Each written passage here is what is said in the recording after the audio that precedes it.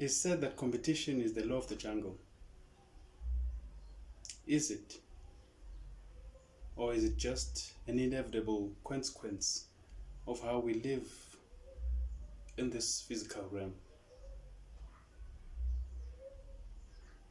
We have developed political systems and economic systems on this premise.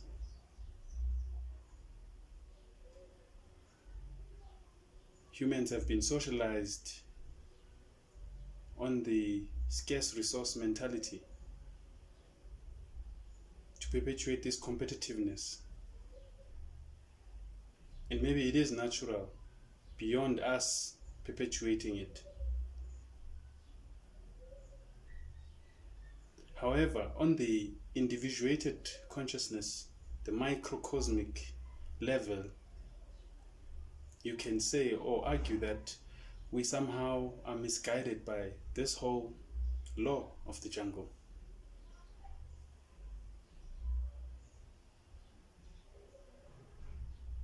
You find us competing with our peers, colleagues, and even family members to be better than them. This is obviously competing for positions, competing for material gain, competing for status, and competing for anything that is outwardly appearing to the public, to everyone else, that I may be considered better than who and who. We have friends that will be in secret competition with you, even family members, or even colleagues for that matter, that will be in secret competition with you, living their lives as though that whatever they have planned for themselves, goals and dreams, won't be worthy unless they feel or see or even assume, perceive what they're doing to be better than you. Those are wrong intentions towards the competitiveness that we are now assuming is natural for us to be in as human beings.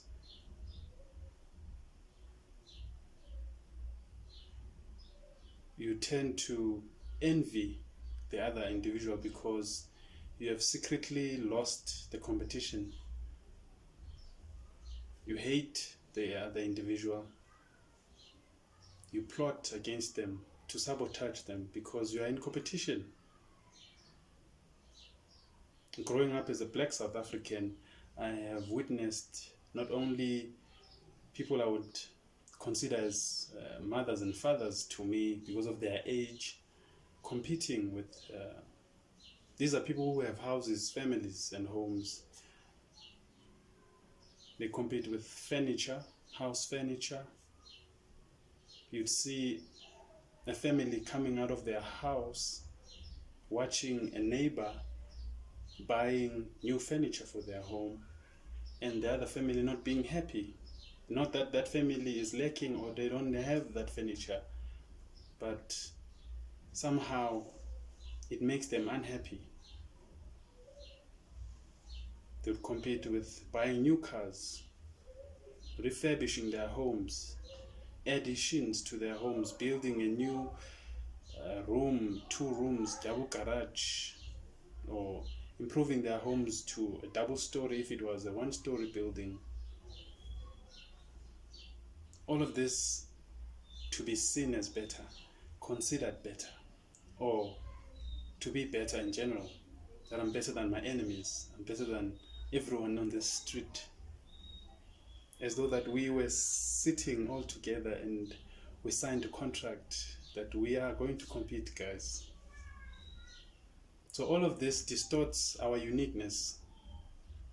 You end up not knowing who you are, what are your abilities, what are you capable of. Although that competition in general will take out your abilities. That's how you will know how far you can go. That's how you will know what you are capable of. This is obviously when it's still genuine within you, that you are learning who you are, what you can do through a competitive stage or period. We compete at schools. Sports is naturally competitive. However, even in those aspects, genuine competition is very scarce, because we have this envious nature, and we have this I want to become that person, especially those that have wrong intentions of competing in the first place. They compete because they already compared themselves, that I want to become him, but better than him. Then who are you? What will become of you? Why the neglect for you, who you are and what you are capable of, the gifts that you have come to share with the world in this physical realm? Because everyone has something to share. This is not in any way to say that you shouldn't compete. It is there. It is inevitable. However, be authentic with yourself, so that now while you are competing, let's say you are in a work environment, competing with other colleagues to improve let's say the company's turnover, competing with other departments, or you are just competing to gain promotion. Be authentic of who you are and how you express yourself, so that you can learn in that process how to improve yourself, because you will be seeing how you act, how you are reacting also to that competitive situation. Then you can learn and improve on yourself and become better self, not better than anyone else, but better than your yesterday self.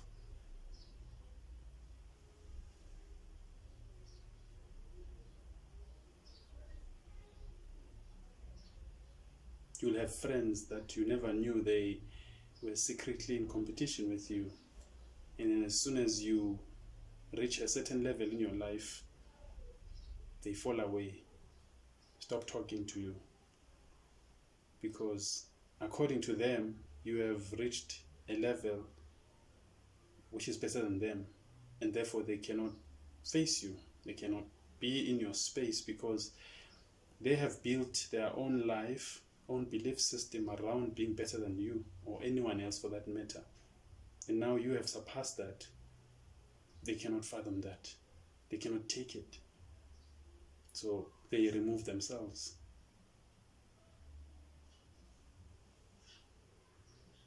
As long as you are authentic at who you are and what you are doing, then you will improve. But if you are improving on the premise of becoming better than someone else, so your entire goals are wrapped around that premise that I have to be better than that one individual and that one. Even though it is like that, let's say you are on a track field right now, 100 meters, men's 100 meters, you want to be number one. How you practice before you get on that track field, on that final heat with the other guys, will determine how you win. Because now if you practice based on I have to be better than them, which means now you have to watch them, see how they practice, see how they run, how much time they make when they practice for that 100 meters. So now you're not trying to beat your own time, not trying to stretch out your own self to beat your own weaknesses, to improve on your weaknesses. You're trying to be better than them. So even if you have the capability of running, let's say for example 9 seconds, 100 meters, you are now basing yourself on other people who, let's say for example, run 9 seconds, 9.30 seconds. Now you're trying to beat that 9.30. Instead of you working on yourself and being on that 9 seconds 00, and then maybe going to 8 seconds. 8 point something seconds. But no, you want to concentrate on other people, which I say it brings this distortment within you. It brings this unnecessary pressure, because now you feel like you have to prove yourself to people. You have to act like this, be like this. You end up not doing what you want to do in your own pace, because quote unquote now you're living under this spell that at a certain level you have to have done something like this.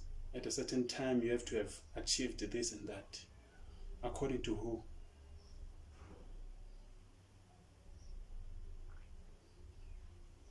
Maybe also the way we've been socialized and how life is unfolding right now. Social media and the speed of change accelerated by technology and all the other advancements and innovation makes people feel some type of way, makes people feel like they have to catch up to something. As long as you're catching up with yourself, then you're on the right track, because being misaligned with who you are will just keep you stressed, and you'll end up maybe even committing suicide, because all of these grandiose levels that you have to hit,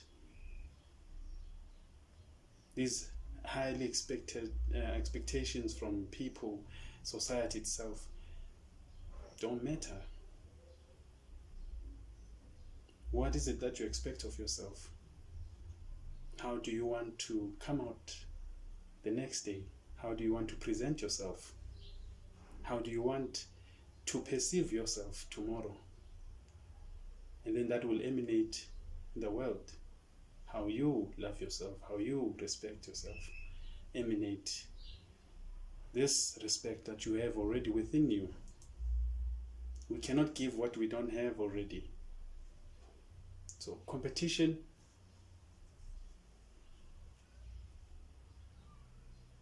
is good until it's not. Let's be competitive, but let's be authentic. Let's be honest of who we are. On the business level, you could say also, with big companies, everything seems smooth, seems as though that competition is natural, as though that both parties, or even more of those parties, competing for the same consumers in the same industry are genuine, they're authentic. So all of them sit within their boardrooms and come up with ideas of how to become better this year, how to reach a certain level of market share, how to increase their turnovers on their financial statements, how to increase their asset base on their balance sheets, reduce debt, and maybe attract more investors. All of that is also wrapped around with a lot of sabotage, corporate espionage, stealing of information, stealing of ideas.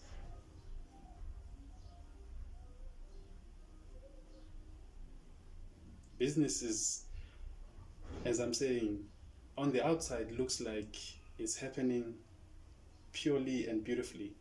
Although the way things are done, in terms of also the laws that govern business practice and behavior, let's say for example now, Pick n Pay competes with ShopRite and also competes with Boxer superstores. But Pick n Pay has bought Boxer to minimize that competition. So now Boxer is part of the Pick n Pay family. They can no longer compete as they did before that. Their competitiveness now is within the confines of what the holding company wants them to be. So now also on the individuated level, you have these people that want to be within your life. They want to be your friends. They want to be business partners, they want to work with you. But all of it is masqueraded with this secret competition, because once they are within your life, they can now sort of sway you on a different path, so they can be better than you in terms of this competitiveness they have within themselves, because they have this need to become better than you. So they buy you out of your own lane, your own path, and introduce you to something else, and then you buy into it, and at some point you find out, you realize that it's not working for you, and you have lost so much on this path, and they have elevated because that's what they've wanted to do in the first place. So be careful of that. People selling you dreams, and this gaslighting game that people have, love bombing, all of that, while people who don't have any intentions of doing anything that they have said outwardly to you that they would do, be your business partner, grow wealth with you. So being authentic with yourself, bettering yourself every day, confronting yourself is much more important than to outwardly compete with someone else on the streets and compare yourself. Comparing yourself is even, I say, on the individual level, is even for businesses, it's disrespect, because you are already unique. This is a unique expression of the unseen, hence now the physical form. So no one looks like this. I can have a twin or look like, let's say, my grandfather or father, but no one is like this. This is only me. And then now you get into this not feeling worthy of who you are, not having the correct self-esteem and the correct self-confidence to go after your dreams, and then you lower this uniqueness within you, because now you don't believe in yourself. You lower this these abilities that God has given you, that you are good in playing soccer, you're good in numbers. Now you compare yourself with someone else and say, no, I don't think I can actually do that. I don't think I can do it. I don't think I can be good at being me, doing a certain endeavor. No, I don't think so. And then you don't do it. And then now those that are doing it, you end up comparing yourself to them and say, no, I can do it better, but you're not doing anything. Right? You're not doing anything. You're just pointing and speaking of those that are doing it, and you're not doing it.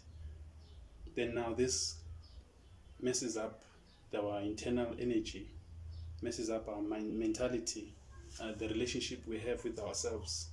It gets corrupted, because now you get used to not doing it and being scared to do it. This fear now becomes so big that you are afraid to confront it.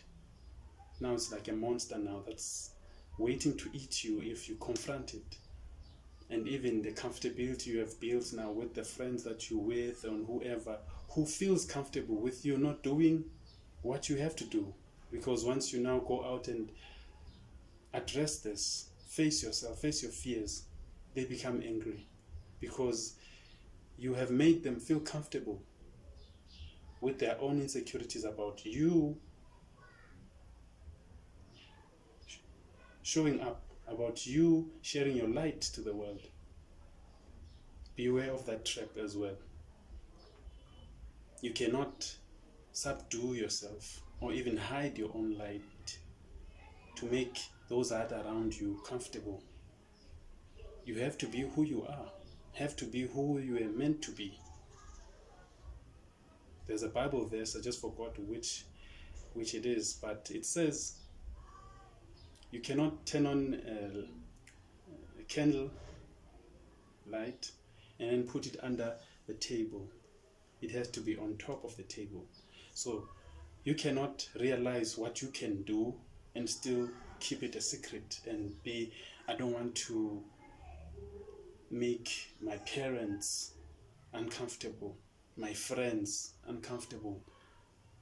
They have to be uncomfortable. It's none of your business, because you're not outwardly telling them that you are better than them. You're just doing what you are doing, and that in turn creates uncomfortability with them, because they probably have not faced their own fears and their own insecurities. So don't dim your light. So this competition gets distorted there because we have all these issues that we have not dealt with. Again, as a Black South African, I've witnessed youth, maybe most of us have, competing with clothing, competing with hard cash, banning these clothes, and doing all other sorts of things, messing up food, throwing food on the streets, on the floor, just to make this point that I'm better than you. You can see now with all of that acting, trying to be better by doing that, has everything to do with low self-esteem issues. Because if I say I'm better than me, or let's say I say I'm better than, for example, I say I'm better than whomever, then why do I have the need to ban clothing, to go to them and tell them that I'm better than them? Do you understand now? Because I'm better, so why do I go to their level? So it's like a cognitive dissonance. Something is wrong with us. Also, you can say also the economic systems that we have created as a human being species have benefited largely from us Black people. Okay, you can say any other race also that you can say, I don't know, for the last 1,000 years have been enslaved. Because now once we come out of that enslavement of either the body and the mind, everything, we still don't have the confidence with whom we are. So now we look for things outside of ourselves to self-identify. So we look for clothing brands, expensive cars, expensive this and that, and there's nothing wrong with that. But the way in which we go for those things, we are doing it, as I'm saying, to be better than someone else, and that someone else is someone who looks like us, like another Black person, because we were all in that same situation. Let's say for South Africans, the last 30 years, 50 years, during the apartheid era, that has socialized most of us to think lowly of ourselves, to think we are not worthy of being humans. We are somehow subpar, and there's these people that are better than us, that are considered better, maybe even by God, because of how things were and how we were socialized during that time. And then now we come into this freedom, democracy. Now we can do what we want. But we yet don't have that reconciliation with whom we are, spiritually, mentally, emotionally. We don't have that full connection of who we are, because during this period of subjugation and segregation, we have lost touch of who we were. And so now we are trying to catch up to how the world is living now. In that process, not being honest of how to go about rediscovering ourselves. We're just doing it on the materialistic level. We want to look like, seem like, be perceived as But in truth, we are not that. Because this self-identification of materialism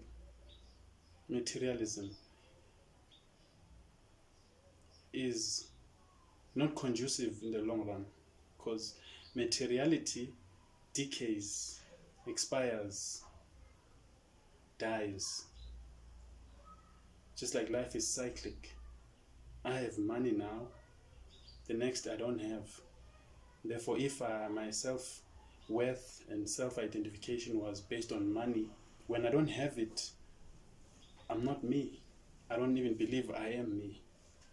The things that I would be saying to people when I have the money, I won't feel then worthy enough to say them when I don't have the money, because I am who I am because of money. So we need to find ourselves, authentically speaking, because we are not also these bodies. This is the transport. This is the temple that is housing you, the spirit. Emotions. The energy is in motion because it's not stagnant. It's moving within you.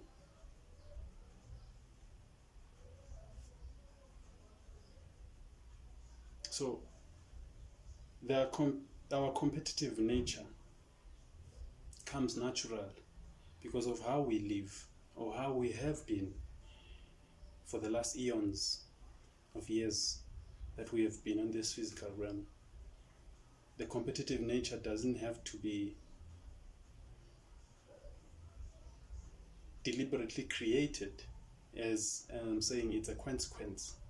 It's already there. Maybe if people were socialized on a difference, or on being abundant, on the abundance mentality, maybe things would be different. Because sometimes we need to work together to achieve big goals, but we can't because of this individual competitiveness that we still don't understand. That is just egoic, selfish, envious. It's not right for us. And maybe it may be right for you individually for that moment that you're doing, and then you feel better than yourself, better that you have outcompeted who and who, even though you probably did it underhandedly. You still feel better. Okay, no, I outcompeted that individual. I'm better now. Yeah. And then that feeling falls off, because it's like adrenaline, it's like dopamine.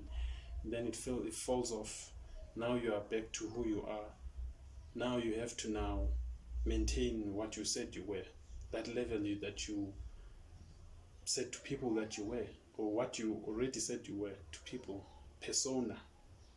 Because we act, say, no, I'm this and that. And when you meet the individual, they are not any of those things that they are confessing to be. So now what's the need for that? Why do we have to lie? Why do we have to create all of these narratives and things that are not there, that are not in line with our authentic selves? It's because of this competitive nature, this need, societally speaking, that we have to do something. You have to be, when you're at this age or level in life, you must have done 1, 2, 3, 4. And who said that? Who came up with that expectation? And why don't you question it? Why don't you just question it and see that it's not good for you, and then you do you? No, we can't do that, because we have friends that we don't want to appear different from them. We're afraid of difference. We're afraid of change. We're afraid of being an anomaly. We're afraid of just being unique, who we are. We want to be uniform. We want to be the same. There's nothing wrong with being uniform because we're all human beings. But we are unique as well.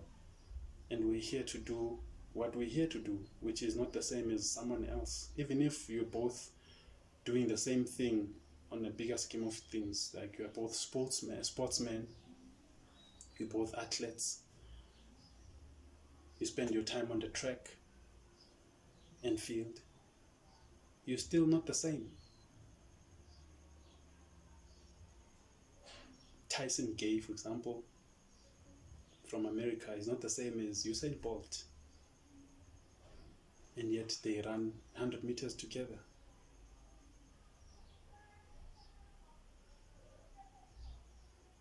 So, knowing who you are, appreciating that you are unique, you are who you are, makes it better, makes it even easier for you to go after your dreams and goals.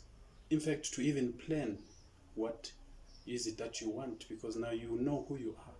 But if I'm like whoever, I'm comparing myself because of this competition to whoever, then I don't know who I am.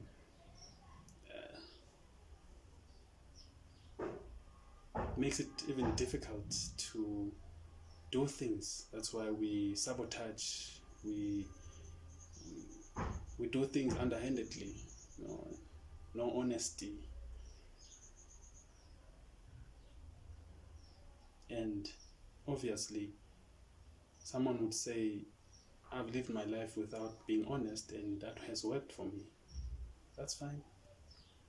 I'm just not saying anyone that listens to me should do that. I'm saying be true to who you are. Be authentic.